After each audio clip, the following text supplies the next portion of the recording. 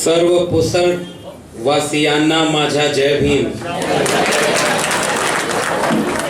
मला मराठी येत नहीं, लेकिन महाराष्ट्र के लोगों का इतना प्रेम मिलता है कि अब मराठी समझ लेते हैं।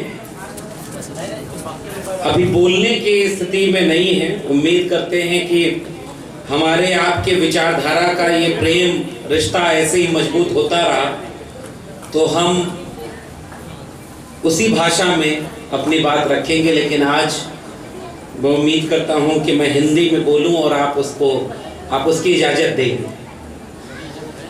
बहुत शुक्रिया। धम्म क्रांति प्रज्ञा पर्व 2025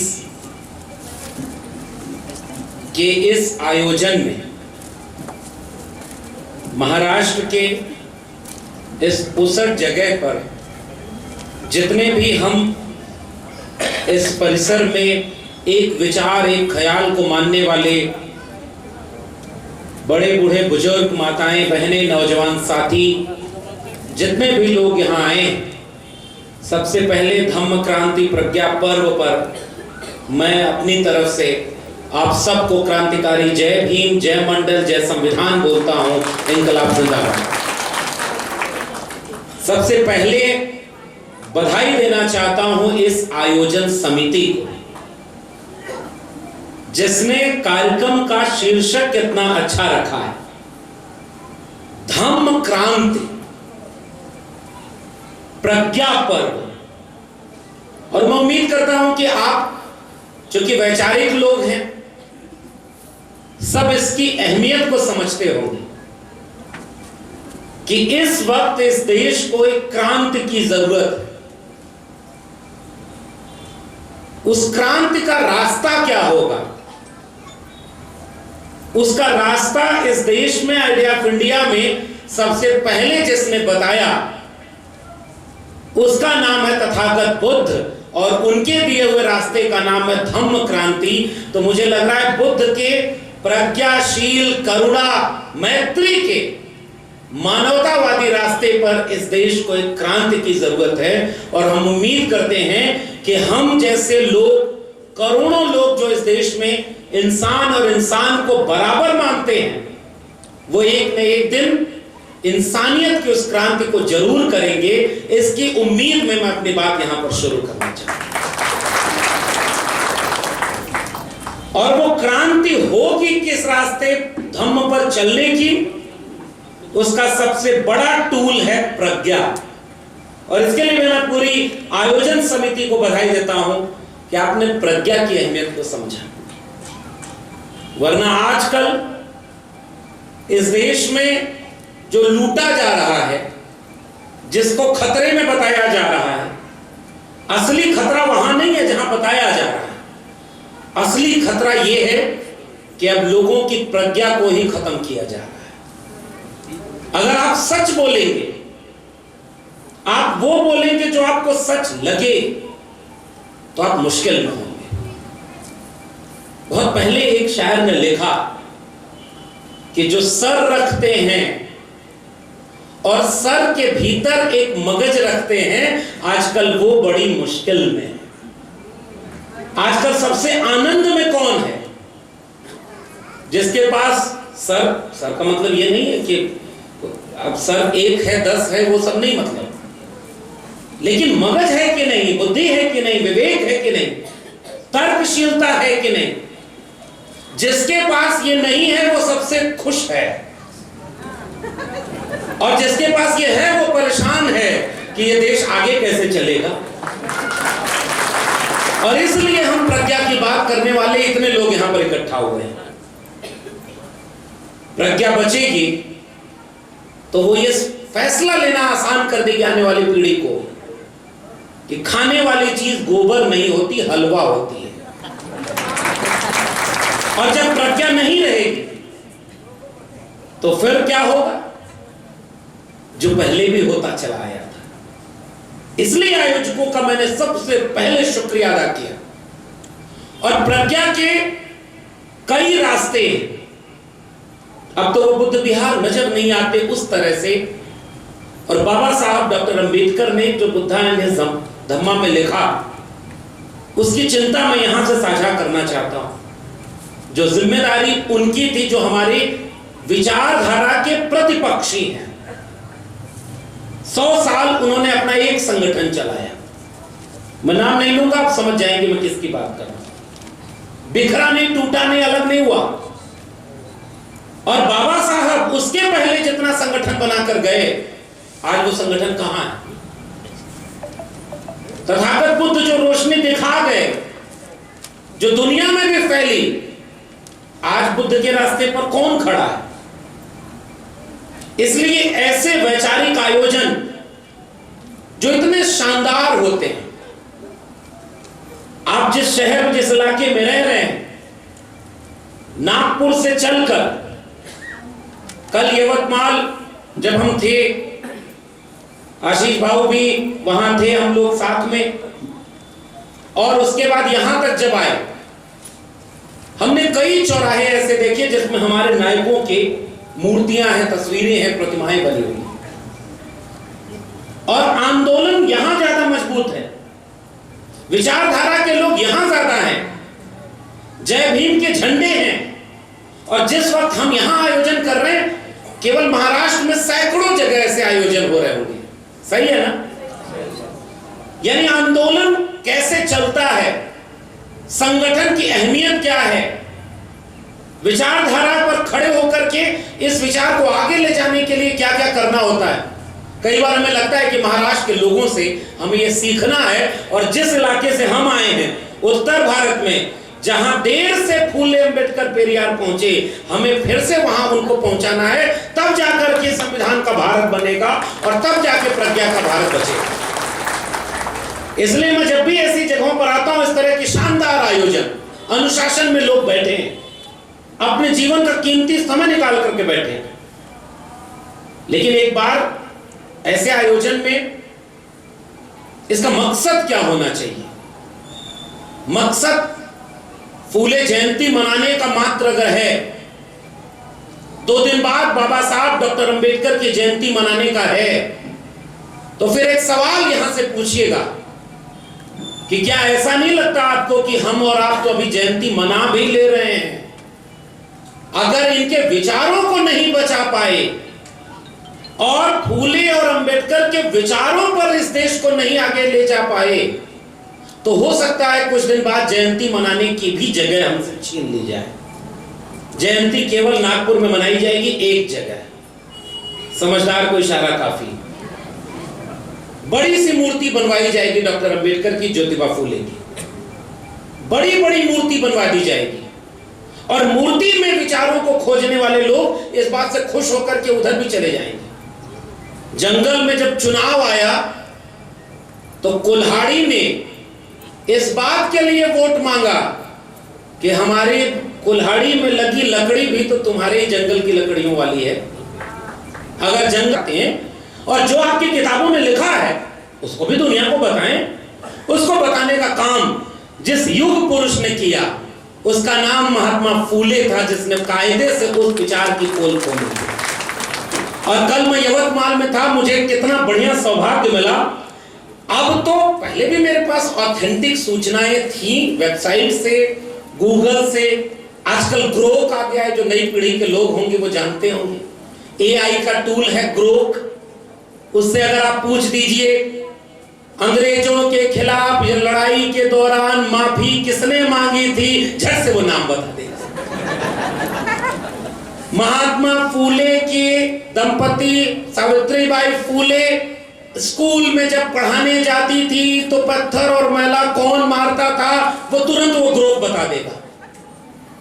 लेकिन सिनेमा बना करके अगर ज्योतिबा फूले पर आकर एक फिल्म दिखाना चाहे तो सेंसर बोर्ड कैंची चला देगा। पता है कि नहीं? कल रिलीज होने वाली थी, कल हम यवतमाल में थे, वहां भी मैंने ये बात कही। आपकी फिल्म नहीं चली, अब 25 अप्रैल को आएगी। इस किताब में महात्मा फूले ने जो लिखा, जो झेला, और महाराष्ट्र सरकार ने उसे पब्लिश किया है। इसलिए मैंने कहा कि अब बढ़िया हुआ यवतमाल में रेफरेंस के साथ मिल गया।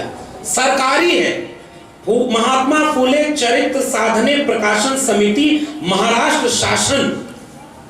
अब अगर सरकार ये कह रही है और कल देश के महामहिम प्रातः स्मरणीय नित्य वंदनीय अवतारी प्रधानमंत्री जी ने भी अगर महात्मा फुले को बधाई दी है जयंती की, तो मेरा फर्ज बनता है कि महात्मा फुले के विचारों पर खुल करके बात करूं कि गुलामगिरी में उन्होंने क्या क्या लिखा है। अब इसलिए मैं आपके सामने गुलामगिरी भी ऑथेंटिक लेकर के आया हूं। मुखस्य जायते ब्राह्मण बाहुर नाम क्षत्रिय, और ये लिखा। और महात्मा फुले ने अपनी गुलामगिरी श्रेवरी में यह भी प्रकाशित किया भारत सरकार और महाराष्ट्र सरकार ने। शुरुआत में सवाल पूछा कि अगर मुख से कोई बच्चा पैदा हुआ तो गर्भ कहां ठहरता था।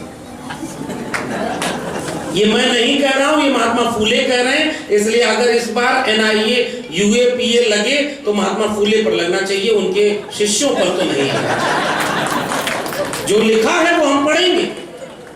और इसी स्लेवरी में उन्होंने लिखा कि गुलाम बनाने के रास्ते क्या होते हैं। गुलाम बनाने की पहली शर्त होती है कि बुद्धि विवेक काम करना बंद कर दे। अगर बुद्धि विवेक काम करेगी तो इंसान गुलाम नहीं बनेगा।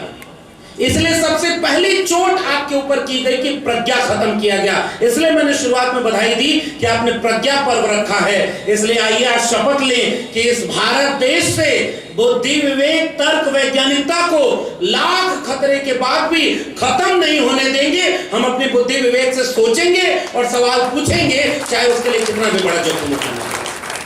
और सवाल पूछा हमारे पुरुषों ने, जिनकी तस्वीरें लगी हैं, जिनके लोग बधाई देते हैं। अगर प्रधानमंत्री जी ज्योतिबा फुले की जयंती की बधाई न देते तो मैं गुलामगिरी को नहीं पढ़ता। मैं नहीं बताता आपको कि ब्रह्मा के बारे में इसमें क्या लिखा है। अब इसके आगे तो नहीं बोलूंगा। अगली बार भी तो ये कार्यक्रम होना है, तो आपको भी ज्यादा मुश्किल में न डालिए। लेकिन एक बार मन में है एक सवाल पूछने का। इस पर सिनेमा बनी, पहली बार नहीं बना। जवाहरलाल नेहरू ने एक किताब लिखी, the discovery of India, Bharat एक खोज। उस पर सिनेमा बना और उस सिनेमा में जहां महात्मा फुले का जिक्र है उसमें वो सीन दिखाया गया है कि सावित्रीबाई फुले जब घर से निकलकर स्कूल में पढ़ाने जाती थी तो उनके ऊपर मैला और कचरा और पत्थर मारने वाले लोग कौन थे। उसमें सिनेमा बना, देश ने देखा। ज्योतिबा फुले के ऊपर जितनी किताबें छपी हैं, जितनी भी पब्लिश हुई हैं, उन सब में ये किस्से कहानी बताई गई है कि जब पहला स्कूल 1 जनवरी 1848 और उस समय जब पहला स्कूल अछूतों के लिए, लड़कियों के लिए, और मैं बड़ा खुश हुआ। अभी वो किताब अंदर है, छोड़िए उसका बस रेफरेंस बता देता हूं। यवतमाल में एक विद्यापीठ बनाया गया, ज्योतिबा फुले विद्यापीठ, सत्यशोधक के नाम से। आज अभी यहां आने के पहले मैं वहां गया और वहां जाकर मैंने पूरा देखा कि एक गजब का विद्यापीठ बनाया गया और ज्योतिबा फुले की जीवनी के बारे में बताया गया। वहां गोरे साहब जो थे उन्होंने बताया कि ये जो पहला दृश्य आप देख रहे हैं ये 1848 के पहले स्कूल का है, जिसमें माता सावित्रीबाई फुले हाथ में कलम और किताब लेकर पढ़ा रही हैं और सामने जो बच्चे बैठे हैं उसमें 80% बच्चे ब्राह्मण थे, बाकी ओबीसी और अछूत बच्चे भी थे। आज ये इतिहास भी नहीं बताया जा सकता। महात्मा फुले ने जब स्कूल खोला, कौन था जो महात्मा फुले के पिताजी को जाकर भड़काया कि ये आपका बेटा और बहू धर्म विरोधी काम कर रहा है, इसलिए इनको आपको घर से निकाल देना चाहिए। ज्योतिबा फुले के पिता सामने खड़े हुए कि तुम्हें एक चुनना है, अपना स्कूल चुनो या अपना घर चुनो। उसट के लोगों हाथ उठा के बताओ कि क्या उन्होंने अपना घर चुना था? क्या अपना स्कूल बंद कर दिया? क्या उन्होंने अपना स्कूल चुना था ना? इसका मतलब वो कौन लोग थे? और ये सवाल क्या हम लोग ना पूछें कि शिक्षा देने से किसी का धर्म कैसे भ्रष्ट होता था? क्या ये सवाल 2025 में नहीं पूछा जाए? कितने मुसलमान थे जो महात्मा फुले के इस काम का विरोध कर रहे थे? 1848 में स्कूल खुला भिड़े वाला, आज जाकर उसकी स्थिति क्या है? मैं गया हूं वहां पर, खंडहर बन चुका है। आसपास किसी से पूछेंगे कि वो पहला स्कूल कहां है, वहां के लोगों को पता ही नहीं। और उसके सामने एक भव्य इमारत बनी हुई है, वो किसकी है, वो जो वहां गया उसको पता होगा। ज्योतिबा फुले और सावित्रीबाई फुले स्कूल खोलकर शिक्षा देना चाह रहे थे, कलम और किताब हाथ में देना चाह रहे थे। उनकी शर्त थी कि वो अछूतों के बच्चों को भी पढ़ाएंगे, वो लड़कियों को भी शिक्षा देंगे, लेकिन कहीं भी ये बैन नहीं था कि उनके यहां शिक्षा लेने कोई सवर्ण नहीं आ सकता था। उनके यहां सवर्ण भी शिक्षा लेते थे। और ज्योतिबा फुले को जब घर से निकाल दिया तो उनके साथ जो पहला स्कूल जिसके आंगन में खोला, वो ज्योतिबा फुले का दोस्त भी एक ब्राह्मण था। इसका मतलब सारे तो उनके विरोध में नहीं थे, लेकिन जो पत्थर फेंका उस पर सिनेमा बना तो उस पर सेंसर बोर्ड की कैंची चल गई। वो अब नहीं दिखा सकते अब। तो इसका मतलब कुछ दिन बाद जब इतिहास बनेगा तो ऐसा बनेगा कि ज्योतिबा फुले स्कूल खोल रहे थे तो कोई था जो उनको विरोध कर रहा था। बच्चे पूछेंगे कि सर वो कौन था, तो आप मास्टर बोलेगा कोई था जिसके बारे में इतिहास में कोई प्रमाण नहीं मिलता। अगली लाइन सुनो, सावित्रीबाई फुले जब पढ़ाने जाया करती थी अपने बस्ते में 2 साड़ी लेकर जाती थी। सर क्यों 2 साड़ी लेकर जाती थी? क्योंकि रास्ते में उनके ऊपर कचरा फेंका जाता था, गोबर फेंका जाता था, साड़ी गंदी हो जाती थी। वो अपने विद्यापीठ में जाती थी, दूसरी साड़ी पहनती थी, तब विद्यार्थियों को शिक्षा देती थी। सर वो कचरा कौन फेंकता था, गोबर कौन फेंकता था? कोई था जो फेंका करता था। क्योंकि वो इतिहास तो गायब है, सेंसर बोर्ड की कैंची चल गई है। क्योंकि जो आज सत्ता में है वो अपने लोगों को खराब छवि को सजग है कि आप सिनेमा में भी नहीं दिखा सकते। उन्होंने अपना काम कर दिया। 84,000 गांव में जहां होता है ना कोई चीज हमारी है तो वहां जाकर खूंटा गाड़ दिया कि यहां से लेकर यहां तक हमारा है। 84,000 स्तूप बनवाकर इस देश के कोने कोने में, अगर इस देश को किसी एक चीज का देश बनाया तो बुद्ध का देश बनाया। और वो काम करने वाले सम्राट अशोक का इस समय हमें याद करना इतिहास जरूरी है। कुछ दिन पहले खुदाई करवा रहे थे सब, आजकल नया नया काम दिए। पहले था भारत जोड़ो अभियान, आजकल भारत खोदो अभियान चल रहा है। अपनी इबादत घर में नहीं खोद रहे, वो दूसरे की इबादत घर में जाके कह रहे इसके नीचे वो है, वहां जाकर कह रहे इसके नीचे वो है, तीसरी जगह जाकर कह रहे उसके नीचे वो है। मैं सोचता हूं कि अगर खुदाई गलती से गहरी हो गई तो उस खुदाई में सबसे नीचे क्या मिलेगा, जरा जोर से बताना, जोर से बताइए। इस देश की बुनियाद में सबसे पहले अगर किसी की मूर्ति मिलेगी तो किसका नाम क्या है? गौतम बुद्ध की मूर्ति मिलेगी। ये बुद्ध का देश रहा, और बुद्ध किसी जाति के लिए नहीं, किसी एक समुदाय के लिए नहीं काम किए। इसलिए हम बुद्ध को अपना नायक मानते हैं। बुद्ध से पूछा किसी ने कि आपका सबसे जरूरी पैगाम क्या है? तथागत बुद्ध ने कहा किसी किताब में लिखा हो तो सच मत मान लेना, कुछ लोग कहते हो तो सच मत मान लेना, ढेर सारे लोग कहते हो तो भी सच मत मान लेना। वो सच मानना जो तुम्हें सच लगे। अप दीपो भव, यानी अपना दीपक स्वयं बनो। उस रोशनी को जगाने वाले नायक को हम आइडिया ऑफ इंडिया की पहली रोशनी कहते हैं। जिस घर में आज हम रह रहे हैं, आइडिया ऑफ इंडिया, भारत, इस भारत की बुनियाद को बनाया हमारे पुरखे ने। उसने नींव खुदाई की और उस खुदाई में सबसे गहरे पहली ईंट रखी तो प्रज्ञा की, करुणा की, प्रेम की, मैत्री की ईंट रखी, मोहब्बत की ईंट रखी। और आज कुछ लोग उस ईंट को उखाड़ कर नफरत करना चाहते हैं। जिसका घर होता है उसे उससे मोहब्बत होती है। जो इस घर को अपना नहीं समझता वो ऐसी कोशिशों में खामोश रह जाता है। उस मशाल, उस रिले मशाल को रोशनी जलाकर तथागत बुद्ध ने सम्राट अशोक को पकड़ाई होगी, सम्राट अशोक ने अपने बाद के ऐसे लोगों को पकड़ाई होगी। वो मशाल चलते चलते किसी संत कबीर के हाथ में आई होगी और संत कबीर ने इस देश को समझाया होगा कि तुम कद बाबन हम कद सूद, हम कद लोहू तुम कद दूध, एक बूंद ते सब उत्पन्ना कौन बाबन कौन सूदा। अरे काकर पातर जोर के मस्जिद लई चनायता, चढ़ मुल्ला बाग दे क्या बहरा हुआ खुदा है, तो पाहन पूजे हर मिले तो मैं पूजूं पहाड़ ताके ये चाकी भली, पीस खाए संसार अरे दो उमरान पाई, हिंदू के हिंदुआई देखे तो की तो। ये है आइडिया ऑफ इंडिया की वो मशाल जो कबीर ने जलाई। संतों ऐसा जग बौराना, और सांच कहो तो मारन धावे, और झूठ है जग पतियाना, संतों ऐसा जग बौराना। कबीर को उस समय पता था 700-800 साल पहले कि सच बोलोगे तो मारे जाओगे, और आज हम अपनी आंखों के सामने देख रहे हैं। मैं सच बोलूंगा और मारा जाऊंगा, वो झूठ बोलेगा और लाजवाब कर देगा। इसी बात को वसीम बरेलवी ने लिखा कि वो झूठ बोल रहा था इतने सलीके से, मैं एतबार न करता तो और क्या करता। उसने झूठ बोला। अब किसने चाय बेची नहीं बेची मुझे नहीं पता, 35 साल भीख या 40 साल भीख मुझे नहीं पता, मैं उस पर कुछ कहूंगा भी नहीं।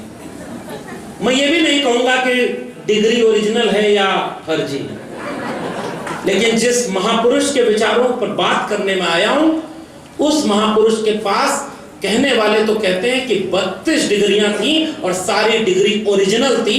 उस जाकर बाबा साहब अम्बेडकर के पास,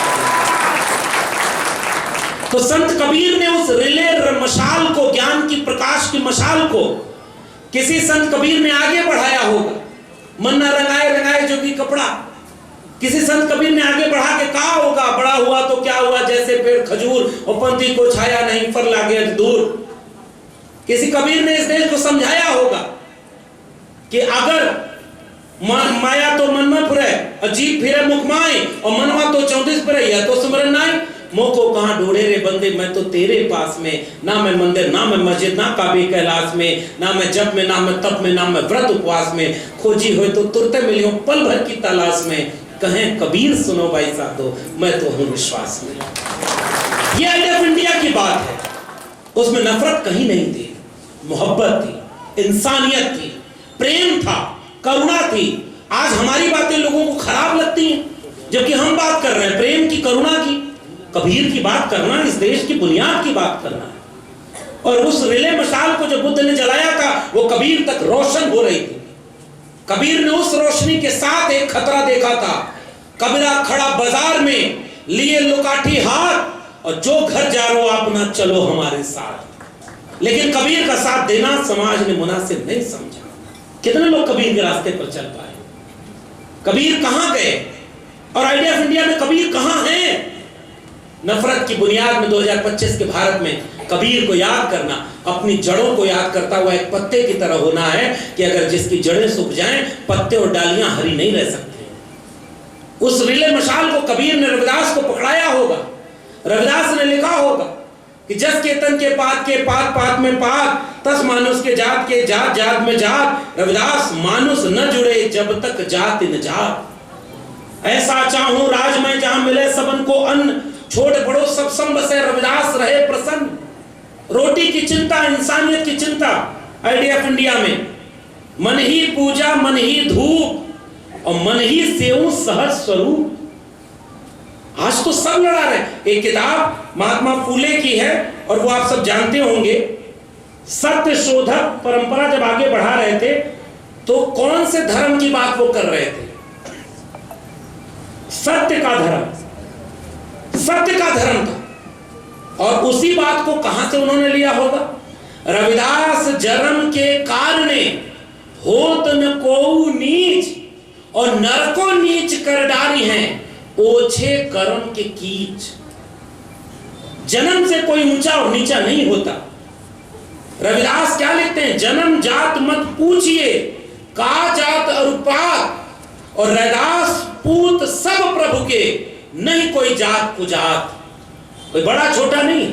लेकिन रविदास, कबीर, बुद्ध के बाद भी 1910 और 1920 के आसपास कोई अम्बेडकर जाति के नाम पर शिकार हो रहे थे, और अपनी किताब वेटिंग फॉर अ वीजा में वो लिख रहे हैं। मैं एक कोटेशन और पढ़ना चाहता हूं। और सबसे महत्वपूर्ण बात कि वो एक बार कमरा लिया, जब सारी ओरिजिनल डिग्री लेकर आए थे, बड़ोदरा सयाजी बाग नौकरी करने गए।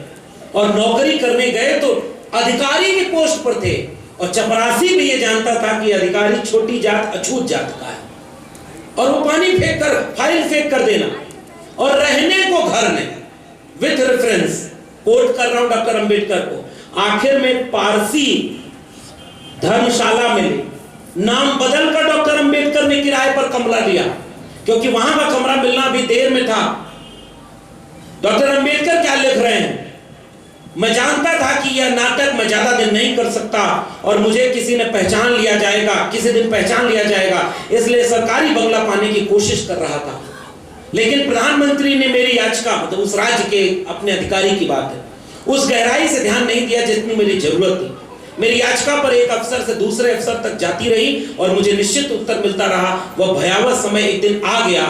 ये उस सराय में 11वां दिन था मेरा। 10 दिन नौकरी किए थे और 11वें दिन की कहानी सुनिएगा। मैंने सुबह का नाश्ता समझा पाए, आज 75 साल संविधान के लागू होने के हो गया, इसलिए मैं ये किताब लेकर आया था। डॉक्टर अंबेडकर लौट कर आएंगे क्या हमारे हिस्से की लड़ाई लड़ने? हम उनका गुणगान करें, मैं रात भर बोल सकता हूं, इतना तो पढ़ाई की है।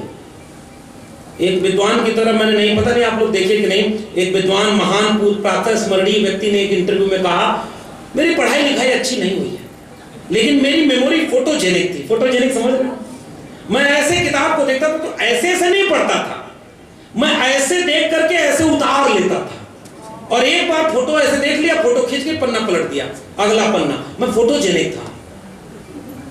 अब मैं पता नहीं आप लोग समझ पा रहे हैं उस महान व्यक्ति के बारे में कि नहीं, लेकिन हमारे बच्चों को तो फोटोजेनिक नहीं बनाना है ना, उनके हाथ में कलम किताब देनी है। मैं दिल्ली से आया हूं और दिल्ली में इस वक्त एक आंदोलन चल रहा है, जैसे बोध गया में एक आंदोलन चल रहा है। बोध गया वाले कह रहे हैं तुम बुद्ध को मानते नहीं और हमारी कमेटी में बैठे हुए हो। 4 बुद्ध को मानने वाले, 5 बुद्ध को बिना मानने वाले भी बैठे, 9 लोगों की कमेटी है। और वो कह रहे हैं कि भैया जैसे तुमने अपना मंदिर अपने पास रखा, वैसे ही हमारा बुद्ध विहार हमें दे दो। वहां आंदोलन चल रहा है, आज तक उसमें कोई कार्रवाई नहीं हुई। मैं गया था उस आंदोलन और वहां जाके समर्थन करके आया, और मैं ये कहा कि अगर किसी दूसरे के वजह में आजकल रात में संसद चला करके वक्फ की जमीनों का भी हिसाब किताब होना है, गरीब मुसलमानों का कल्याण किया जाएगा, जैसे गरीब हिंदुओं का तो कल्याण हो चुका है। एक हाथ में 4-4 नौकरी है, कोई गरीब हिंदू का भूखा नहीं मर रहा। गरीब हिंदू के पास इतने फ्लैट हैं कि अगली रात कहां सोएगा पता ही नहीं कर पा रहा। उसका स्विस बैंक में हर गरीब अकाउंट 2-2 खुलवा के बैठा हुआ है। अब गरीब मुसलमानों की चिंता है, क्योंकि उसको पता है कोरोना में उसने पहला काम किया था, जरा टेस्ट करूं इस देश में कितने % मूर्ख हैं, तो थाली ताली बजवाई, पता चला कि 100% से भी ज्यादा निकल गए। कोरोना में बजाई थी थाली, सही से बताई। अरे यहां शर्माने क्या जरूरत, यहां ईमानदारी से बताइए, बजाई थी ना। यहां तो सब बोलेंगे नहीं बजाई, उसने मूर्खता का परीक्षण कर लिया साहब। और इस अच्छा मैं जाने से बहुत किस्से नहीं सुनाता, अभी देशमुख साहब के बैठा था तो मैं यही जिक्र कर रहा था। पहले मैं भी बहुत सारी किस्से ऐसे सुनाता था, कुछ मुकदमे हुए उसके बाद मैंने भाषा बदल दी, क्योंकि मैं वकील खोज रहा था जो हमारे हिस्से की लड़ाई लड़े। उसने कहा हम आपके लिए जान दे देंगे, हमने कहा नहीं, केवल बेल दिलवा दो। वो वाला काम नहीं हो पाया, क्योंकि ढंग के हमने वकील पैदा नहीं किए, सच बताऊं। इसलिए मैं यहाँ पर अपनी पीड़ा व्यक्त करने आया। मैं उनके बारे में अब मेरे अनुभव से तो आप समझ गए होंगे कि रात भर उन लोगों की एक पोल खोल सकता हूं कि उन्होंने इस देश को कैसे अपनी गिरफ्त में ले लिया। लेकिन उनसे क्यों शिकायत करना साहब, उनको वही करना था, उन्होंने किया। वो अपने विचारधारा के लिए ईमानदार थे, वो कमिटेड थे, चाहे सरकार जीत के बनानी हो चाहे खरीद के बनानी हो, पार्टी से पार्टी को तोड़ लेना हो। रात में किसी का जमीर जाग गया, एक कॉमेडियन ने गाना कह दिया कि सच पूछो तो, पता नहीं कौन सा गाना उसने गाया था ना, हाँ वही कामरा, तो उसके ऊपर मुकदमा कर दिया। वो तो तमिलनाडु भाग गया, हमारे ऊपर होगा तो हम कहां जाएंगे। इस समय इस देश में आलोचना नहीं सुनी जा सकती, लेकिन सरकार कैसे बन रही है आप देख रहे हैं। तो जब लोकतंत्र दिया बाबा साहब अम्बेडकर ने इस देश के संविधान में, तो आपको वोट करने का अधिकार दिया, और आपका सबसे बड़ा अधिकार यह है कि अगर राजा आपकी पसंद का काम नहीं करे तो राजा को बदल देना। अब चाह भी रहे हो तो राजा बदल ही नहीं पा रहे। बताओ इस संकट पर यहां नहीं बात होगी तो कहां होगी। सबसे प्रबुद्ध समाज तो कुशल का यहां बैठा है। आपको लगा था कि प्रोफेसर लक्ष्मण यादव आएंगे, बाबा साहब की जीवनी सुनाएंगे, फूले साहब ने ये किया, उन्होंने ये किया, उन्होंने सम्राट अशोक ने ये किया। हम तो ये पूछ रहे हैं कि हम क्या कर रहे हैं। और ये कठिन सवाल है। ये संकट मेरे भी सामने था, नौकरी सामने खड़ी थी, शर्त रखी गई थी कि कुछ दिन चुप हो जाओ, केवल इतनी शर्त थी। हमने ये सोचा अगर हम गलत होते तो चुप हो जाते, अगर हम फूले की बात करना, अम्बेडकर की बात करना, पेरियार की बात करना, बिरसा मुंडा की बात करना, अब्दुल कयूम अंसारी की बात करना, संत कबीर के दोहे पढ़ना, संत रविदास के बेगमपुरा की बात करना, गौतम बुद्ध के प्रज्ञाशील करुणा की बात करना, देश के संविधान की बात करना, अगर गलत है तो मुझे ये गुनाह कबूल है। सच कहना अगर बगावत है तो समझो हम भी बागी। और वो बगावत हमने की और उसका खामियाजा ये भुगता कि 14 साल दिल्ली विश्वविद्यालय में प्रोफेसर रहने के बाद नौकरी छीन ली गई। मेरे लहजे में जी हजूर न था और कोई मेरा कसूर न था, केवल इतनी शर्त थी। क्योंकि मुझे जब मैंने इतिहास पढ़ा, अकेले में मैं भी बैठता था, रोते सब हैं, परेशान सब होते हैं, अकेले में आप भी सोचते हैं। बाहर तो लोग कहते हैं कि लक्ष्मण यादव आगे बढ़ो, हम तुम्हारे साथ हैं। कुछ दूर आगे गए, पीछे देखा कौन कहाँ है, क्योंकि वो किसी और का साथ देने अभी चले गए। मुझे फिर उत्साह, ऊर्जा अपने नायकों से मिली। इनमें से कोई नौकरी के लिए अपने विचार को गिरवी नहीं रखा, इसलिए वो हमारे लिए पूजनीय है। अगर वो नौकरी के लिए समझौता कर लेते तो हम उनको याद नहीं कर रहे होते। डॉक्टर अंबेडकर किसी चीज के लिए समझौता नहीं किया, कभी नहीं किया। इस देश के ओबीसी को गांव-गांव जाकर ये बात बताइएगा और इस देश की हर एक महिला को बताइएगा कि आज मंत्री बनने के लिए सौदा हो जा रहा है। 50 करोड़ में बिकोगे कि 100 करोड़ में बिकोगे? एक मुकदमे से डरोगे कि 10 मुकदमे करें? लोग बिक गए।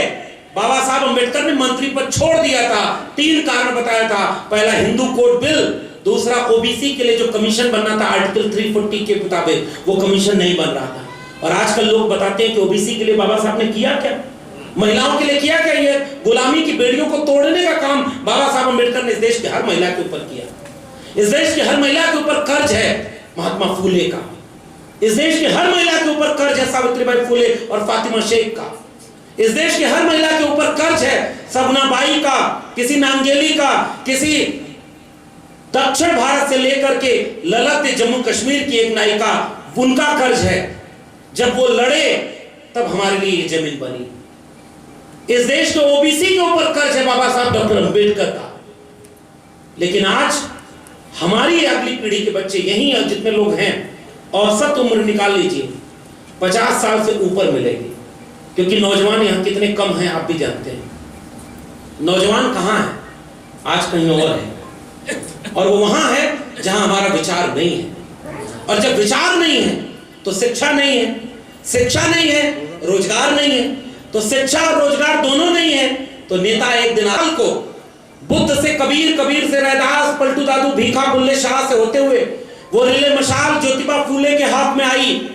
उन सब ने उसमें रोशनी भरी और उन सब ने रोशनी भर करके यहां तक पहुंचाई। डॉक्टर अंबेडकर ने उसमें संविधान की एक रोशनी दी। 75 साल आजादी का अमृत काल चल रहा है, कहां है वो रोशनी?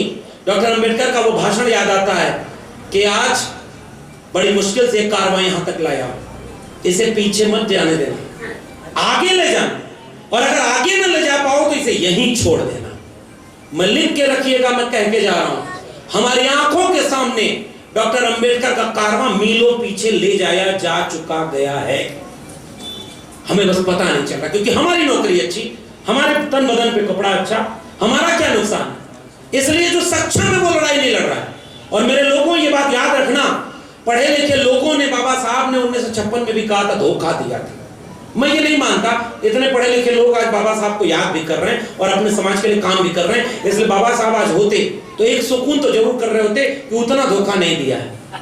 लेकिन जिम्मेदारी भी यहीं की तो सबसे ज्यादा थी। ठीक इसी वक्त जो दिन भर मजदूरी किया होगा, कहीं पत्थर तोड़ने का काम किया होगा, किसी खेत में काम किया होगा, कोई महिला दिन भर किसी जगह मजदूरी की होगी, वो संविधान बचाएगी? वो लोग संविधान बचाएंगे जो किसी पूंजीपति के यहाँ फैक्ट्री में मजदूर बने बैठे, जिनको किताब ही नहीं पहुंची, जिनको नौकरी नहीं मिली, शिक्षा नहीं मिली? फिर संविधान बचाएगा कौन? जिसने संविधान का लाभ लिया है। वो आप हैं, वो मैं। और अगर हमने संविधान नहीं बचाया ना, हमने बिरसा फुले अम्बेडकर के सपनों का भारत नहीं बचाया ना, हमने शिक्षा नहीं बचाई ना, तो 25 साल बाद जो पीढ़ी है वो यही कह के याद करेगी कि परदादा लोग लायक थे लेकिन हमारे पुरखे नालायक थे। इसलिए मैं ये बात गुजारिश के साथ कहना चाहता हूं। और इसीलिए हमने ये जोखिम लिया। मैंने तो पूरी किताब लिखी, प्रोफेसर की डायरी, मराठी में भी है, कभी गूगल से मंगा के पढ़िएगा, हिंदी में भी है, गुजराती में भी है और जानबूझ के है। जहां चोट लगे पहले इलाज वहां से शुरू होना चाहिए, और नागपुर अभी लौटना है मुझे, इसलिए मैं आपसे गुजारिश करके जा रहा हूं। कलम और किताब की बात, मेरा समय भी लगभग पूरा हो गया है। वो डरते हैं, किस चीज से वो डरते हैं? वो डरते हैं, वो किस चीज से डरते हैं? तमाम धन दौलत, गोला बारूद, पुलिस फौज के बाद भी वो डरते हैं। वो डरते हैं कि एक दिन निहत्थे और गरीब लोग उनसे डरना छोड़ देंगे, और इसीलिए वो निहत्थे और गरीब लोगों को और गरीब बनाने पर तुले हुए हैं। 82 करोड़ लोग 5 किलो अनाज के लिए मोहताज हैं, और देश के अरबपतियों में एक व्यक्ति ऐसा है जो दुनिया में दूसरे नंबर पर चला गया। देश के 100 अरबपतियों में एक भी आदिवासी अरबपति नहीं है। देश के अरबपतियों में 97% अरबपति इस देश की 3% पॉपुलेशन से हैं। ये भारत ऐसा बढ़ चुका है। एक भारत को अच्छी शिक्षा मिल रही है, अपने बेटा बेटी को अच्छी जगह पे पहुंचा रहे हैं। अगर दिल्ली में बड़े पोस्ट पे बैठे हैं और अपना बेटा क्रिकेट नहीं भी खेलने जाता है, तब भी बीसीसीआई का चेयरमैन बन जाएगा, और अगर और अच्छा उसका बढ़िया चला तो वो आईसीसी का चेयरमैन बन जाएगा, और परिवारवाद पर भाषण दिया जाएगा। लेकिन हमारे बेटा बेटी का शिक्षा के बारे में कौन सोचेगा? दिल्ली विश्वविद्यालय में जब मैं गया तो 2000 रुपए से 4000 रुपए जिस ग्रेजुएशन की फीस थी, आज की तारीख में वो 35,000 रुपए हो गई। कितने लोगों की आमदनी पिछले 15 साल में दोगुना हुई है? हाथ उठा कर बताइए। किसी की सैलरी दोगुना हुई है क्या? फीस 10 गुना बढ़ गई। फीस, एजुकेशन महंगी हो गई, और ड्रॉप आउट रेशियो सबसे ज्यादा दलित पिछड़े लोगों में। गरीब घरों के बच्चे सरकारी स्कूल में पढ़ते हैं, और अमीरों के बच्चों के लिए Galgotia, Ashoka, lovely professional university, और विदेश में कैम्ब्रिज, ऑक्सफोर्ड और कोलंबिया यूनिवर्सिटी भी है। कितने लोगों के बच्चे वहां जाएंगे पढ़ने? और जिसके बच्चे पढ़ेंगे नहीं, उसके बच्चे कहां होंगे वो आप भी जानते हैं। आज अगर डॉक्टर अंबेडकर होते, मैं एक बात कह के अपनी बात को खत्म कर रहा हूं, कि आज अगर डॉक्टर अंबेडकर होते तो वो इस देश को देखकर चिंतित हो रहे होते। पाकिस्तान और द पार्टीशन ऑफ इंडिया किताब में 1940 में डॉक्टर अंबेडकर लिख गए कि अगर हिंदू राष्ट्र हकीकत बनता है तो इस देश के लिए सबसे बड़ा अभिशाप होगा। इसे किसी भी कीमत पर रोका जाना चाहिए। 2025 के भारत को ऐलान करके कहा जा रहा है कि वो हिंदू राष्ट्र बनने जा रहा है। ये नए नए बाबा सब टीवी पर बैठकर यही ऐलान कर रहा है। एक वो पर्ची बना रहा है, पर्ची वाले को देखा, उसकी भी डिग्री का पता नहीं, और वो देश का सबसे बड़ा बाबा बना रहा है। जितने अनपढ़ जाहिल वो सबसे बड़े पूजनीय बन गए। जहां जहां शिक्षा है वहां वो नहीं है। एक वहां मध्य प्रदेश में गया था सर देशमुख सर, और वहां लोगों ने मुझे बताया कि ये देखिए एक अखबार की कटिंग दिखा रहे हैं, और पहले ये वीडियो देखिए। तो उस वीडियो में एक व्यक्ति कह रहा था, अगर आपके बेटा बेटी का एग्जाम हो, उस दिन वो पढ़ाई न किया हो, उसे डर लगे कि परीक्षा में पास हो कि न हो, तो बेलपत्री पर शहद लगाकर अमुक जगह पर लगा दीजिएगा, आपका बेटा पास हो जाएगा। और फिर उसने वो अखबार की कटिंग दिखाई कि उसी कथावाचक का अपना बेटा 8वीं में फेल हो गया। इट्स हैपन ओनली इन, हमारा देश ऐसा था नहीं। इस देश ने बुद्ध को पैदा किया, इस देश ने कबीर को पैदा किया, डॉक्टर अंबेडकर को पैदा किया, इस देश ने एक खूबसूरत संविधान दिया, इस देश ने दुनिया को मोहब्बत का पैगाम दिया। लेकिन आज कुछ लोग उसे पाखंड और अंधविश्वास में कबाड़ा करने के लिए तैयार हैं। एक फिल्म का नाम ले रहा हूं, अब तो सब भगवान भरोसे, गूगल करके देखिएगा। उसमें स्कूल में बच्चे खड़े होते हैं, हेडमास्टर आता है पूछने के लिए कि बताओ सूर्य ग्रहण और चंद्र ग्रहण कैसे लगता है। मास्टर बोलता है कि ये सबसे समझदार विद्यार्थी है, ये बताएगा सर। वो कहता है कि पृथ्वी सूरज के चारों तरफ चक्कर लगाती है और चंद्रमा पृथ्वी के चारों तरफ चक्कर लगाता है। तब तक एक विद्यार्थी बोल पड़ा, ये झूठ बोल रहा है सर, जब पृथ्वी किसी के फन पर टिकी हुई है तो वो चक्कर कैसे लगा रही है। मैं नहीं बोल रहा हूं अपने से, फिर से कह रहा हूं, अब तो सब भगवान भरोसे सेंसर बोर्ड ने फूले की फिल्म की तरह कैंची भी नहीं चलाई। गूगल करके अभी आज ही जाते हुए पढ़िएगा, नहीं तो पता चले कहेंगे कि लक्ष्मण यादव भावना भड़का कर चले गए। आजकल इतनी नाजुक भावनाएं हैं, छुई मुई, और दावा है दुनिया के सबसे ताकतवर हम हैं, और भड़क जाते हैं इतनी सी बात पे। इसलिए विद रेफरेंस बात कर रहा हूं। उस फिल्म में आगे दृश्य में कहा गया कि वो जब पढ़ा हुआ विज्ञान पढ़ता हुआ लड़का बोला कि जब तीनों एक दिशा में आ जाते हैं तो सूर्य, पृथ्वी और चंद्रमा तीनों एक दिशा में आ जाते हैं तो चंद्रग्रहण लगता है। दूसरा बच्चा बोला गलत बोल रहा है सर, जब राहु केतु को खा जाता है तब चंद्रग्रहण लगता है। मास्टर डांटता है उसको, कह चुप रहो नहीं तो तुम हमारी नौकरी भी खा जाएगा। वो बच्चा जब घर पहुंचता है तो अपनी माँ से कहता है मास्टरबा सब पगला गया है, ये गलत पढ़ा रहा है माँ, अब हम नहीं जाएंगे स्कूल में पढ़ने। तो क्यों पढ़ा रहा है? कह रहा है कि बताओ पृथ्वी ऊपर घूम रही है, हवा में कैसे टिकेगी? फिर वो अपना चप्पल निकाल कर ऐसे हवा में फेंकता है और कहता है देखो चप्पल तो नहीं टिका, गिर गया। उसकी माँ कहती है हमको नहीं पता, हम तो स्कूल गए नहीं कभी, हम तो चाय बनाते रह गए घर में। माँ ने यही बोला, चाय वाली बात नहीं बोली थी, वो मैंने जोड़ दी, लेकिन माँ ने आगे से यही बोला कि जो बोल रहा है, पीछे उसका दोस्त आया है उस फिल्म में, तो छोटा बच्चा दूसरे से करा और दूसरा वाला मास्टर तो और पागल हो गया, वो कह रहा बंदर से इंसान बन गए थे। बताओ हमारे यहाँ तो कलुआ बंदर है, आज तक इंसान नहीं बना। ये इस देश का सबसे बड़ा विरोधाभास है, घर में कुछ और, स्कूल में कुछ और। दुनिया में एलन मस्क एक रॉकेट बनाया, सुनीता विलियम्स 9 महीना अंतरिक्ष में भटकने के बाद भी सुरक्षित वापस लौट आई। गनीमत थी कि वहां के प्रधानमंत्री ने लाइव आकर के नहीं कहा थैंक यू प्रधानमंत्री जी, आपकी वजह से मैं वापस चली आई। एलन मस्क एक ऐसा रॉकेट बना रहा है जो जहां से छोड़ा जा रहा है अपना मिशन पूरा करके वहीं आ जा रहा है, और हमारे देश के टेलीविजन पर एक व्यक्ति मंत्र फूंक के नारियल उड़ा रहा है, फू फू। देखा कि नहीं? आपने क्लिप देखिएगा अभी आज जाके, नारियल उड़ा रहा है टेलीविजन पर बैठ करके।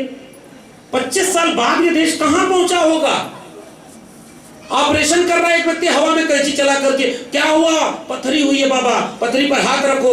उसने हाथ रख के कहा, मंत्र पढ़ा, उसके बाद कहा आप देखो, कहा पथरी गायब, बाबा की जय हो। मैं तो चाहता हूं कि सरकारी अस्पतालों के सामने ऐसे ही एक बाबा बिठा दो, ये गरीब बेचारे बिना इलाज के मर क्यों रहे? दुनिया में ऐसी विज्ञान और कहीं है ही नहीं। डॉक्टर अंबेडकर इस भारत को बनाने के लिए नहीं कुर्बानी देके गए।